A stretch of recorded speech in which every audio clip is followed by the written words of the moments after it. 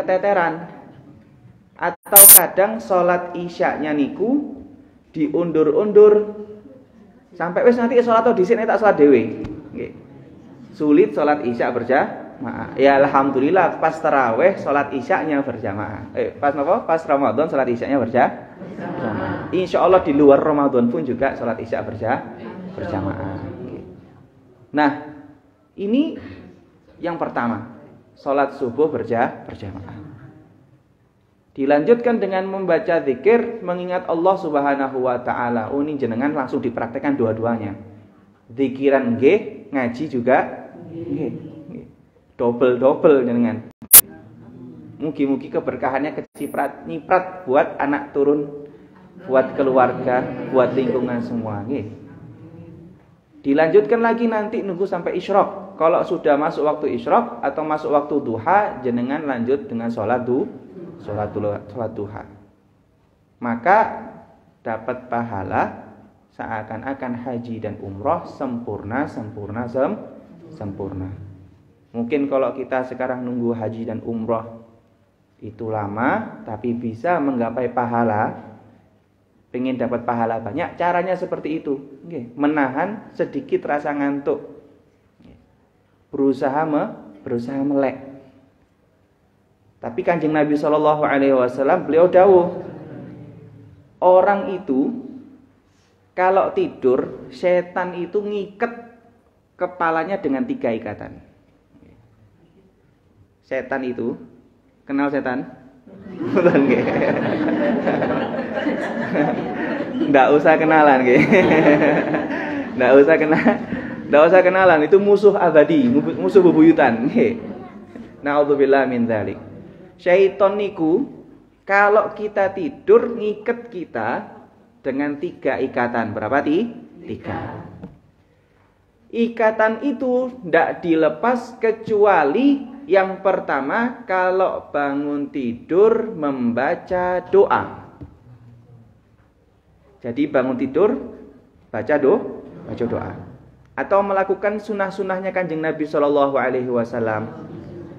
Nopo siwakan, bersiwak. Ini namanya siwak. Nah, ini namanya siwak. Bersiwak.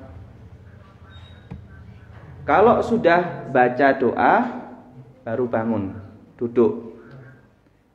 Atau duduk sambil baca doa juga monggo, tapi jangan lupa baca doa. Jangan bangun malah bingung kompore. Bangun lihat jam, ya Allah mau imsak, langsung belayu. Lupa baca doa, harus baca doa. Yang kedua, sudah baca doa, berwudu. Berwudu itu ngelepas ikatan yang kedua.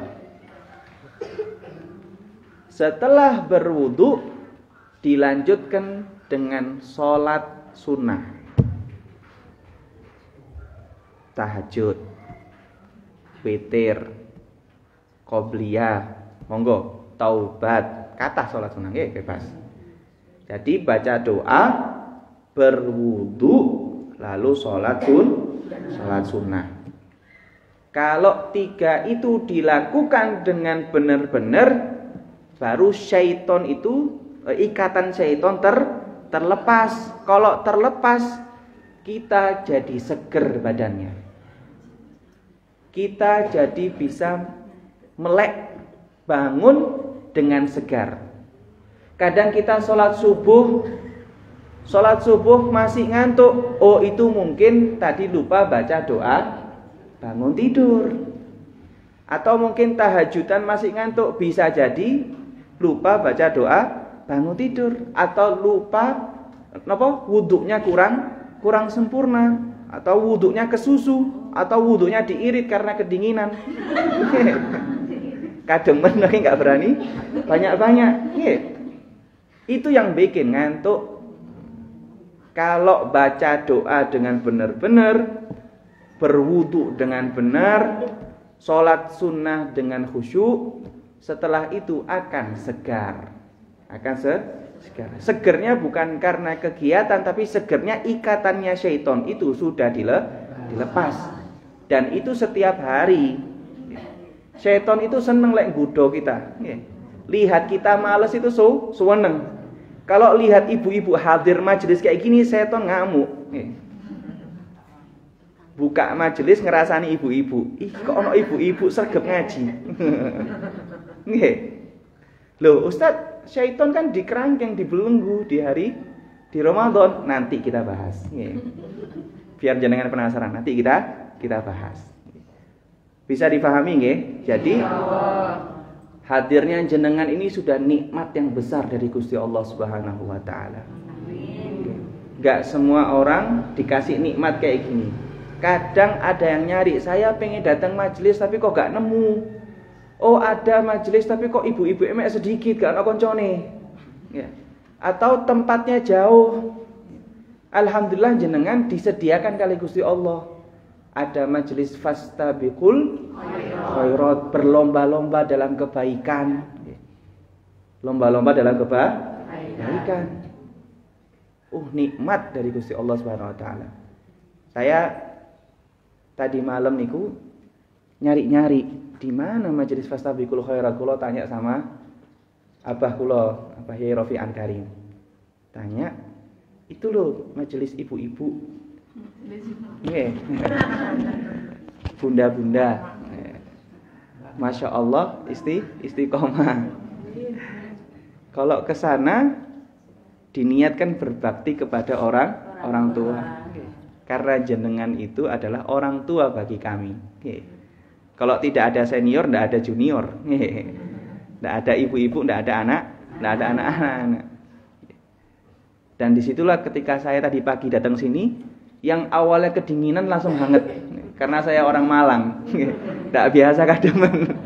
Sampai sini lihat ibu-ibu semangatnya, ya Allah, masa saya kalah. Masa saya tidur habis subuh. Nah ini ibu-ibu melek semangat buat ngaji. Masa ibu-ibu tok yang panen pahala, saya tidak boleh. Alhamdulillah Rabbil alamin. Semoga jenengan diberikan istiqomah oleh Allah Subhanahu wa taala. Alhamdulillah kita sudah masuk di 10 kedua bulan Ramadan, berarti tanggal 11. Semoga amal ibadah kita diterima oleh Allah Subhanahu wa taala. Salat kita, puasa kita semoga menjadi pelebur dosanya kita. Semoga derajat kita diangkat oleh Gusti Allah Subhanahu wa taala. Amin ya rabbal alamin. 10 Ramadan kedua atau 11 Ramadan itu Gusti Allah memberikan ampunan yang banyak. Gusti Allah memberikan ampunan yang banyak. Ramadan awwaluhu rahmah. Ramadan itu 10 pertamanya adalah rahmat dari Allah. Wa awsatuhu maghfirah. Pertengahannya adalah maghfirah, ampunan. Wa akhiruhu idkun minan nar, dan akhirnya adalah pembebasan dari api neraka. Sekarang masuk kita di saatnya Gusti Allah ngasih ampunan, maghfirah. Bagaimana caranya kita memanfaatkan 10 Ramadan kedua? Pertama, kita harus menyemangati diri kita sendiri. Menyemangati diri kita sendiri. Soalnya kalau sudah masuk 10 Ramadan kedua, itu biasanya mulai males. Biasanya mulai males, mulai gampang capek, atau mulai gampang cari alasan. Ustadz ini belum belanja buat hari raya ini, selak rame, nanti lek mepet, nopo? Nanti lek mepet hari Idul Fitri, ndak kumanan kurang nggih. Lah, kok bisa muncul seperti itu? Kok bisa males? Kok bisa tambah berkurang? Kalau di bulan yang lain kita bisa menyalahkan syaitan. Oh, saya tambah males, ini gara-gara syaitan. Oh, ini kok ndak semangat, ini adalah bisikan syaitan. Lah sekarang mau nyalahkan siapa? Nyalakan dirinya Jadi puasa itu satu-satunya ibadah yang tidak bisa kita menyalahkan kecuali diri kita sendiri. Karena manusia itu biasa nih sombong, tidak mau ngaku salah, dikit-dikit syaitan disalahkan. Sama Gusti Allah ditunjukkan, oh ini kamu sekarang di Ramadan, ini sekarang puasa, ayo ngaku sesekali lek salah iku, ojo salah no syaitan. Syaitan dikerangkeng, dibelenggu. Ketika manusia salah, ya Allah saya salah. Oh ini males gara-gara hawa nafsu saya. Sesekali ngaku kesalahan. Kan angel, sulit ge ngaku kesalahan sulit. Ngaku bener gampang. Nauzubillah min dzalik. Lah, kok masih bisa melanggar atau tambah males itu karena kita sudah kebiasaan atau namanya hawa nafsu. Kadang banyak yang tanya, Ustadz ini syaitan kok masih berkeliaran, apa ucul, apa enggak? Boten, syaitan itu sudah dibelenggu niku dikerangkeng. Tapi hawa nafsu kita masih sama kita. Kita punya hawa nafsu. Kalau bahasanya sekarang niku begini, ini bahasa biar paham mawon nggih. Syaitan itu buka pelatihan 11 bulan. Okay. Manusia diajari males sama syaitan. Manusia diajari ndak taat. Manusia dibiasakan melanggar selama 11 bulan. Nanti pas Ramadan baru ujian, setan yang nguji, ayo wis tak latih 11 bulan bisa ndak melanggar. Dicul kali setan. Lek sudah terbiasa melanggar, sudah terbiasa males, sudah terbiasa ndak semangat dalam ibadah, ya Ramadan seperti itu karena sudah kebiasaan. Tapi kalau di luar Ramadan sudah terbiasa melawan hawa nafsu, semangat datang majelis, subuh-subuh kedinginan tetap semangat datang, istiqomah hadir majelis yang baik, bukan majelis yang lain, jenengan lebih paham. Majelis yang baik. Maka pas Ramadan, maka kita akan terbiasa melakukan hal yang baik. Kalau di luar Ramadan kita biasa ngerasani, pas Ramadan kok bisa ngerasani juga? Berarti sudah terbiasa di bulan luar Ramadan. Na'udzubillah min dzalik. Kalau di luar Ramadan kita salahkan syaitan, pas Ramadan kita ngakui kesalahan kita. Itu yang penting, karena mengakui kesalahan itu gampang diberikan ampunan kali Gusti Allah Subhanahu wa taala. Kan kita berada di saat-saat pengampunan. Allah menurunkan ampunannya di 10 Ramadan kedua. Caranya diantaranya adalah yang pertama menyemangati diri. Tadi kayak bilang menyemangati diri. Cara menyemangati diri yang intinya pengen saya ngomongkan adalah mengaku salah. Kalau kita sudah mengaku salah, insya Allah ibadah tambah semangat dengan sendirinya. Kalau kita mengaku kurang, insya Allah ibadah akan bertambah semangatnya. Kalau kita mengaku butuh kepada Gusti Allah, maka kita akan semangat ibadahnya. Nah ini jenenganlah contoh daripada orang-orang yang mengaku butuh kepada Gusti Allah. Kalau kita lihat di masjid, di masjid itu antara yang tua dengan yang muda, banyakan yang mana? Yang tua. Karena yang tua sudah merasa butuh. Ya Allah, saya sudah tua, saya butuh rahmat dan ampunan-Mu ya Allah. Yang muda-muda kadang sombong. Ini saya mewakili kaum muda. Kadang sombong, oh masih kayak seger sehat. Masih dikasih umur yang muda, masih 17. Engko ae takpur, napa takpur itu tak napa? tak kebut nanti pas sudah tua. Kadang mikirnya kayak gitu, padahal usia tidak ada yang tahu, umur tidak ada yang tahu. Jadi yang pertama kita ngaku kalau kita ini salah, sudah. Tidak perlu mencari salahnya orang lain. Sampai Imam Syafi'i niku dawuh, kok gampangi orang-orang itu membicarakan kesalahan orang lain. Seakan-akan yang punya mulut cuma orang itu aja. Padahal orang lain pun juga punya mulut, bisa jadi membahas kesalahanmu. Jadi daripada sama-sama membahas kesalahan, lebih baik mengaku kesalahannya masing-masing. Enak. Jadi kalau ada masalah, oh ini mungkin gara-gara dosa saya. Ya Allah, ini kok saya jadi sulit urusannya. Mungkin ini sebagai pelebur dosa-dosa yang dulu. Gitu, bukan malah ini gara-gara fulanah. Tidak boleh seperti itu. Itu yang pertama. Jadi mengakui kesalahan, menyemangati diri dengan mengakui kesalahan. Yang kedua adalah usaha istiqomah. Istiqomah. Istiqomah itu tidak harus banyak. Sedikit tapi bisa terus menerus, itu lebih baik.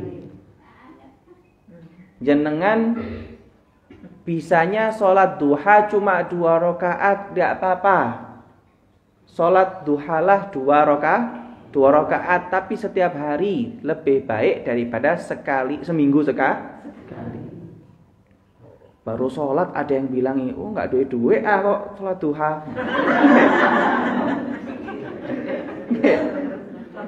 Kok dungaren sholat duha? Kan nambah rezeki nggih fadilahnya. Kok dungaren sholat duha? Oh langsung kendor. Aduh gak sholat duha nggih. Namanya istiqomah itu berat ibu-ibu. Makanya cobaannya banyak. Makanya istiqomah itu lebih baik daripada 1000 karomahnya wali. Karena berat. Istiqomah itu gak gampang. Jaga sholat duha itu ada aja tantangannya. Mbok anake nangis, atau tiba-tiba males, atau moro-moro geringgingen, macem-macem. Atau contohnya sholat sunnah qobliyah atau ba'diyah. Sholat sunnah qobliyah atau ba'diyah. Jaga istiqomah sholat sunnah qobliyah ba'diyah juga sulit. Makanya fadilahnya besar. Sampai pernah suatu ketika, ini diantara hasil dari istiqomah. Ada kisah Habib Ali Al-Habsyi. Jenengan mungkin tahu Maulid Simtud Duror, Maulid Al-Habsyi. Pernah dengar nggih? Atau ada majelis Riyadul Jannah baca Maulid Habsyi. Yang ngarang niku namanya Habib Ali Al-Habsyi. Habib Ali itu pernah ikut gurunya dakwah. Namanya murid ketika ikut gurunya ya mengabdi, nyiapkan gurunya istirahatnya, nyiapkan kebutuhan gurunya, pokoknya ngabdi. Sampai malamnya itu Habib Ali bilang, gurunya Habib Ali bilang, wahai Habib Ali, nanti kalau waktu tahajud tolong bangunkan saya. Akhirnya Habib Ali siap, saya nanti tak bangunkan. Ini saya ngomongnya kecepatan mboten? Lalu Habib Ali Habsyi pas waktu tahajud jam 2-an membangunkan gurunya. Pas gurunya bangun mau sholat tahajud, beliau nyuruh Habib Ali, wahai Habib Ali Habsyi, tolong buatkan kopi. Jadi aku mau sholat tahajud, habis tahajudan tak minum kopi. Habib Ali Habsyi bilang, nggih siap, saya buatkan kopi. Kopi waktu itu masih biji kopi, nggih masih numpuk dulu nggih. Masih numbuk, numbuk dulu. Bukan sasetan. Atau bukan kopi bubuk. Kalau sekarang tambah enak ya, wonten apa? Kopi cup napa niku. Nang di gelas niku nggih. Tumbas 5.000 dapat nggih. Masih numbuk. Tok. Habib Ali bilang, pas saya numbuk kopi, saya dengar guru saya sholat dengan bacaan yang jelas. Lalu membaca surat Al-Fatihah dengan kecepatan yang normal. Jadi kayak orang ngaji biasa. Boten ke susu dan juga tidak terlalu lama. Sedengan. Pas saya numpuk dengar Al-Fatihah. Terus lanjut Al-Baqarah. Terus Ali Imran. Terus An-Nisa, Al-Maidah, Al-An'am, Al-A'raf. Numbuknya belum selesai, Habib Ali Habsyi sudah 2 rakaat dan sudah hatam Quran. Gurunya Habib Ali Habsyi itu sudah 2 rakaat dan sudah hatam Quran. Padahal Habib Ali Habsyi tasik numbuk kopi. Ya gupuh beliau lho, apa kok sudah salam, sudah hatam Quran dan ini belum selesai karena takjub. Bacaan Qurannya jelas, tidak keburu-buru, kok bisa hatam dan kopinya masih belum halus, belum jadi kopi. Pas salam gurunya ditanya, wahai guru, ini karomah jenis apa? Saya bikin kopi masih belum jadi. Saya jadi merasa bersalah, jenengan sudah salam kopinya masih belum jadi. Wahai Habib Ali, kata gurunya, ini bukan karomah, tapi ini hasil dari istiqomah. Karena istiqomahnya beliau sering menghatamkan Al-Quran, jadi gampang ketika sholat bisa hatam. Allah mudahkan. Kayak misalnya jenengan wonten rutinan zikir, maca napa zikirnya? Zikirnya baca apa? Napa? Rotib nggih. Nah, kita ambil contoh satu rotib haddad nggih. Cara bacanya dengan jenengan rotib haddad dengan orang-orang yang tidak pernah baca rotib haddad bakal beda. Orang yang pertama kali baca rotib haddad bingung, iki ya apa sih lagune? Lah ibu-ibu lagi gitu biasanya nepakno lagune dulu. Ya lagune. Biar enak bacanya, betul enggak? Nggih. Biar enak. Lek lagune gak pasti bingung kadang. Itu pengalaman di rumah saya soalnya. Lihat rotib haddad. Bingung pertama. Terus bacanya juga lama. Habis itu orang itu lihat ibu-ibu yang sudah biasa baca rotib haddad. Loh, ini 10 menit kok bisa hatam rotib haddad? Saya sak jam ndak mari-mari. Kan gitu nggih? Dijawab, loh karena saya istiqomah baca rotib haddad sampai lancar, sampai sekiranya saya tuh hafal, ndak keplecuk-plecuk, nggak kepleset ngomongnya, saking hafalnya. Boten kemenye nggih contoh. Nggih, saged dipahami nggih? Karena sudah istiqomah baca rotib haddad makanya bisa cepet. Kalau ndak istiqomah bacanya setahun sekali atau pertama kali baca ya ndak bisa cepet. Nggih, itu gambarannya, gambaran paling gampang. Nah, gurunya Habib Ali Habsyi niku istiqomah hatamkan Al-Qur'an. Jadi bisa aja loh kalau kita baca Al-Qur'an nunggu Ramadan nggih, naudzubillah min dzalik. Ya napa mau hatam 1 malam. 1 hari aja sulit apalagi 2 rakaat. Jadi diusahakan istiqomah. Bahkan sampai ada ulama mengatakan walaupun badai turun, kalau memang waktunya taklim tetap taklim, waktunya ngaji tetap ngaji. Walaupun hujan deras, Gusti Allah tidak bakal menyia-nyiakan capeknya jenengan. Gusti Allah tidak bakal menyia-nyiakan ngantuknya jenengan. Gusti Allah tidak bakal menyia-nyiakan usahanya jenengan datang ke majelis ilmu. Bahkan dalam hadits hatta syaukatin yushakuha. Walaupun misalnya jenengan jalan moro ketelusupen, Naudzubillah min dzalik, naudzubillah. Jangan jenengan wis orang lain. Orang lain datang ke majelis lalu ketelusupan atau kena duri. Maka Gusti Allah Subhanahu wa taala akan memberikan ganjaran gara-gara perih kena duri. Ada orang sampai kakinya pecah-pecah. Ada orang sampai dengkul sampai apa? Mata kakinya hitam. Sakit, capek, kedinginan. Nggih, sulit berdiri. Itu semua dapat ganjaran dari Gusti Allah Subhanahu wa taala. Jadi kalau dibilang panen pahala, ya ini sebenarnya panen pahala. Bukan malah tidur saja di bulan Ramadan.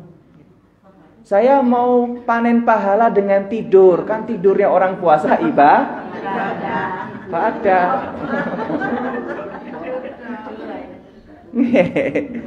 Tidurnya orang puasa ibadah. Saya mau panen dengan tidur. Bukan seperti itu.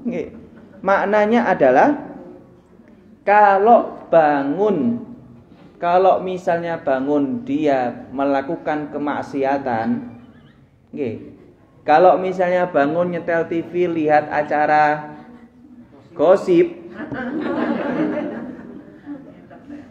habis sahur tak istirahat sebentar, nanti jam 8 tak bangun ada acara bagus di TV. Jadi bangun gara-gara pengen lihat gosip. Atau bangun tidak bermanfaat, ya tidak tadarusan, tidak majelis taklim, tidak masak misalnya, pokoknya tidak melakukan hal-hal yang bermanfaat, maka lebih baik tidur.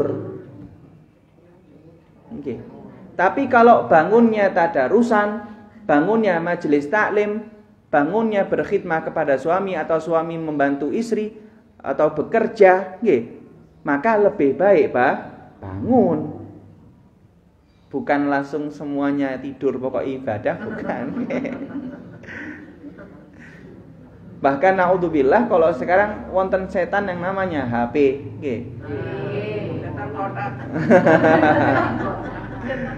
Ustadz, TV-nya tak matikan, Ustadz, tak pengen denger rasan-rasan. Oh, tapi dari HP, ding ding ding ding. Ya Allah. Atau kalau sekarang itu anak-anak muda naudzubillah min dzalik, kecanduan game. Jadi sambil nunggu berbuka sambil nge-game. Karena pahala dari Allah Subhanahu wa taala itu tidak kelihatan, coba kelihatan bakal sregep ngaji. Itu sulitnya. Karena yang kelihatan itu nikmatnya yang nikmat duniawi. Yang akhirat itu masih nanti hadiahnya. Makanya semangatnya sedikit. Kalau misalnya contoh. Karena jenengan ini adalah pejuang subuh ahli ibadah. Saya husnudzon insyaallah Orang yang sholat shaf pertama, kalau misalnya orang yang sholat di shaf pertama ada hadiahnya emas 24 karat.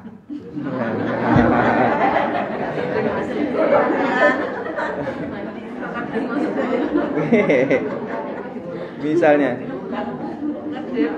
di masjid atau di musola khusus perempuan, misal di musola aja. Ada informasi barang siapa yang sholat subuh berjamaah dan di shaf pertama, maka silakan mengambil emas yang ada di depan. Insya Allah jenengan melean.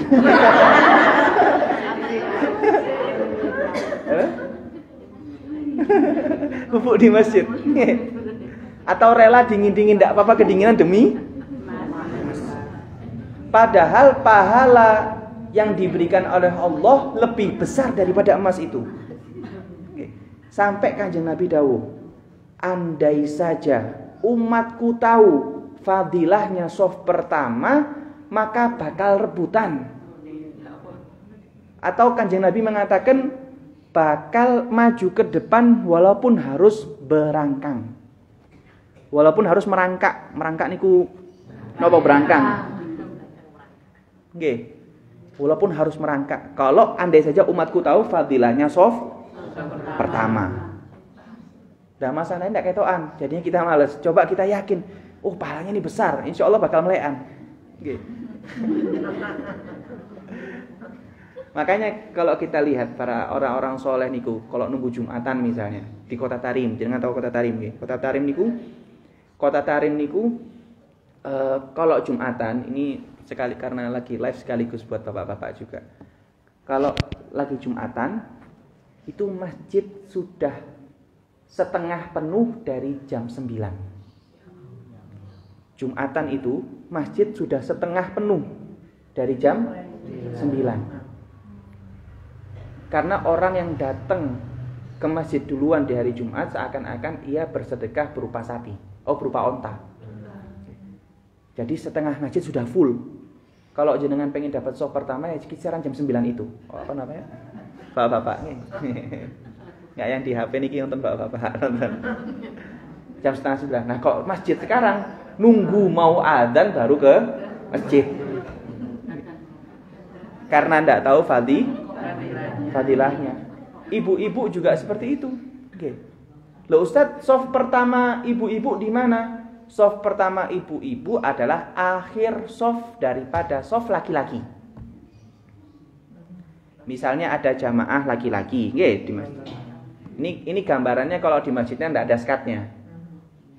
Gambarannya kalau di masjid enggak ada skat, misalnya kayak ini misalnya nggih. Habis itu ini anggap aja enggak ada. Maka shaf pertamanya ibu-ibu adalah setelah shaf laki-laki. Di situ. Bukan berarti, saya kan perempuan, saya tidak bisa di shaf pertama, tidak dapat emas. Shaf pertamanya itu adalah setelah shafnya laki-laki. Bisa dipahami nggih? Kalau istiqomah, insya Allah pahalanya lebih besar daripada itu. Asalkan mau dicoba. Kalau nggak dicoba ya nggak ngerti rasanya. Jadi harus coba dulu. Istiqomah, saya istiqomah hadir majelis, saya istiqomah sholat duha, saya istiqomah rotiban, saya istiqomah apapun itu, diistiqomahkan. Dan yang ketiga, tadi yang pertama apa? Menyemangati diri dengan mengaku kesalahan. Yang kedua adalah istiqomah. Yang ketiga dan terakhir, karena sudah jam 6 kurang. Belum nih. Yang ketiga dan terakhir adalah kita pasrahkan kepada Allah Subhanahu wa ta'ala. Kalau sudah usaha sebaik mungkin, semaksimal mungkin, sudah capek, misalnya bahasa kasar capek, sudah lelah, tidak boleh mengungkit-ungkit kepada Allah Subhanahu wa ta'ala. Jadi ibadahnya itu harus dipasrahkan. Ya Allah, saya ini sudah capek, maka engkau harus memberikan saya pahala. Enggak boleh maksa Gusti Allah. Atau kadang muncul ucapan yang lebih baik tidak diucapkan. Kalau bisa jangan diucapkan. Kadang kalau ada masalah, ada yang mengucapkan, ya Allah, apa salah saya? Apa salahmu? Salahmu akeh. Apa salah saya ya Allah? Seakan-akan tidak punya salah.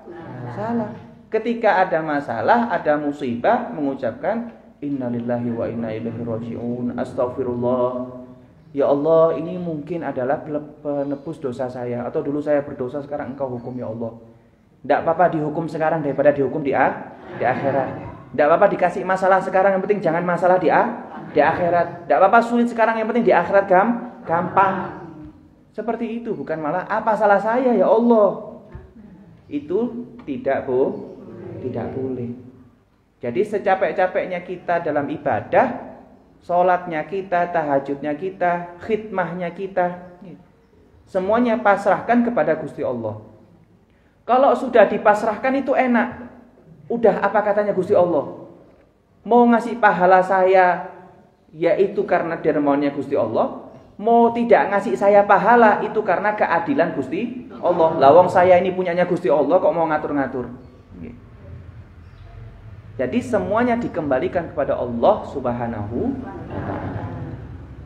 Makanya kayak misalnya ada anak atau suami atau keluarga, seringkali kalau mau pergi dikatakan saya titipkan engkau kepada Allah. Astaudiukallah. Itu doanya. Astaudiukallah. Astaudiukallah. Atau bahasa Indonesianya saya titipkan kamu sama Allah. Kenapa? Karena Allah lah yang maha menjaga. Jadi ketika pergi kemana-mana, ya biar dilindungi anaknya atau suaminya atau keluarganya. Itu maknanya pasrah.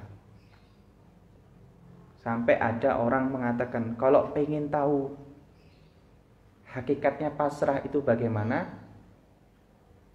coba kita rasakan ketika ada tabrakan pertama ketika masalah. Pas masalah pertama kali datang, nah, kita akan senantiasa langsung ingat Allah dan memasrahkan semuanya kepada Allah. Itu namanya pasrah. Atau gini lebih gampang. Misalnya, na'udzubillah min dzalik, semoga semuanya diselamatkan oleh Allah Subhanahu wa taala. Ada meletusnya Gunung Semeru atau meletusnya Gunung Merapi.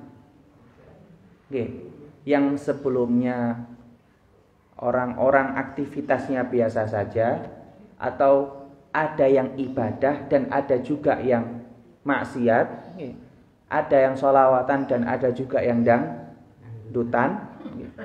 Tapi pas meletus, langsung yang diteriak Allah.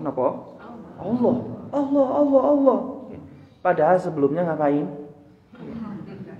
Padahal sebelumnya lupa, misal. Na'udzubillah min dzalik. Padahal sebelumnya tidak ingat. Pas pertama kali asap nutup semua, Allah. Yang dicari buat berlindung di mana? Ke masjid, lari semua ke masjid. Itu maknanya pasrah. Kalau sudah merasa tidak ada yang lain kecuali Allah saja yang bisa menolong, itu namanya pasrah. Kita pasrahkan sama Allah, maksudnya adalah ya sudah, ibadahnya ibadah saya. Makanya dalam doa apa? Inna sholati wa nusuki wa mahyaya wa mamati lillahi rabbil alamin. Sesungguhnya sholatku, ibadahku, hidupku, matiku lillah, untuk Allah. Semua terserah Allah. Bahkan seperti seorang mayit di hadapan orang yang memandikan mayit. Ada jenazah sama yang memandikan jenazah. Jenazahnya mau dibolak-balik, tidak ngelawan. Mau dibersihkan juga tidak melawan karena jenazah. Itu pasrah namanya. Jadi ketika kita dikasih nikmat, itu adalah cobaan dari Allah. Ketika kita dikasih musibah, itu adalah cobaan dari Gusti Allah. Semuanya adalah cobaan, karena di dunia ini adalah tempat uji coba, tempat lomba-lomba. Makanya fastabiqul khairat.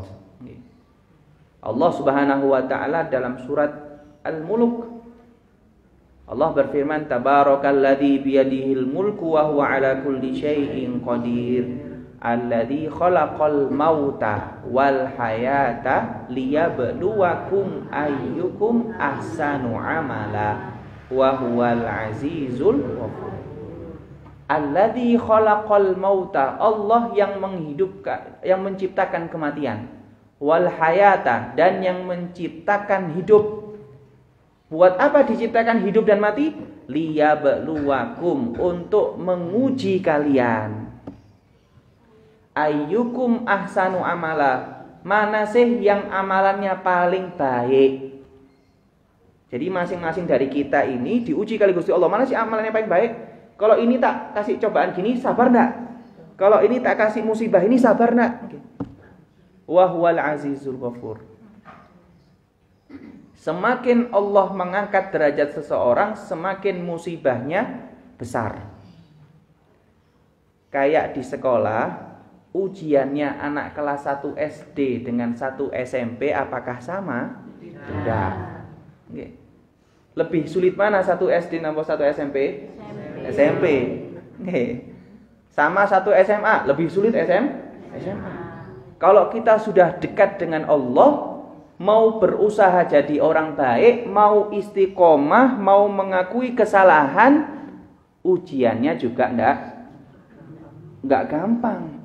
Ujiannya tambah sulit karena kita kelasnya tambah tinggi.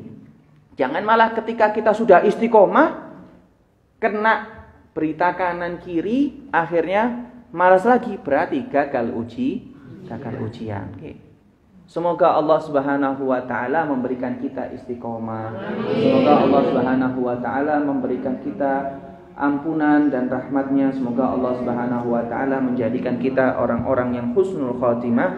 Amin ya rabbal alamin. Allahumma ja'al jam'ana hadza jam'an marhuma wa tafarruqana min ba'dihi tafarruqan ma'suma wa la taj'al fina wa la ma'ana syaqiyyan wa la mahruma wa anta bi rahmatika matruda wa sallallahu ala sayyidina Muhammad wa ala alihi wa sahbihi wa sallam walhamdulillahi rabbil alamin bi sirri asraril Fatihah.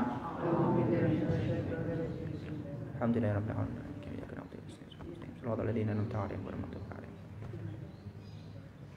Baik, mohon maaf apabila salah, itu murni dari saya, yang benar dari Allah Subhanahu wa taala.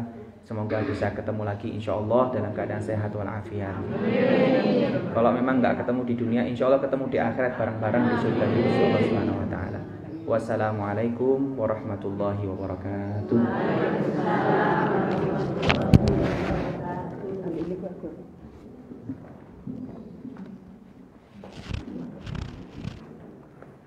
Alhamdulillahirabbil alamin.